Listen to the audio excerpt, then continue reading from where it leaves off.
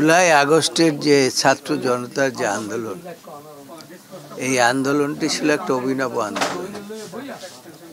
দীর্ঘ 17 বছর বিভিন্ন রাজনৈতিক দল ইনক্লুডিং বাংলাদেশ জাতীয়তাবাদী দল আন্দোলন সংগ্রাম করেছে এবং এই আন্দোলন সংগ্রামের প্রতিফলন হয়েছে ছাত্র জনতার আন্দোলনের মাধ্যমে গত 5ই আগস্টে।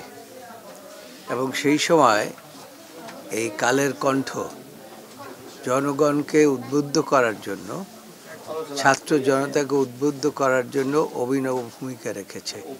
এই জন্য কালের কণ্ঠকে আমি আন্তরিকভাবে অভিনন্দন জানাচ্ছি যে কালের কণ্ঠ নির্ভীকভাবে স্বৈরাচার পতনের জন্য তারা তাদের ভূমিকা রেখেছে এবং এই পত্রিকার সাংবাদিক, কলা কৌশলী সকলেই যে ভূমিকা রেখেছে তা অবিস্মরণীয়। আগামী 15ই প্রতিষ্ঠা বার্ষিকী তাদের সফল হোক,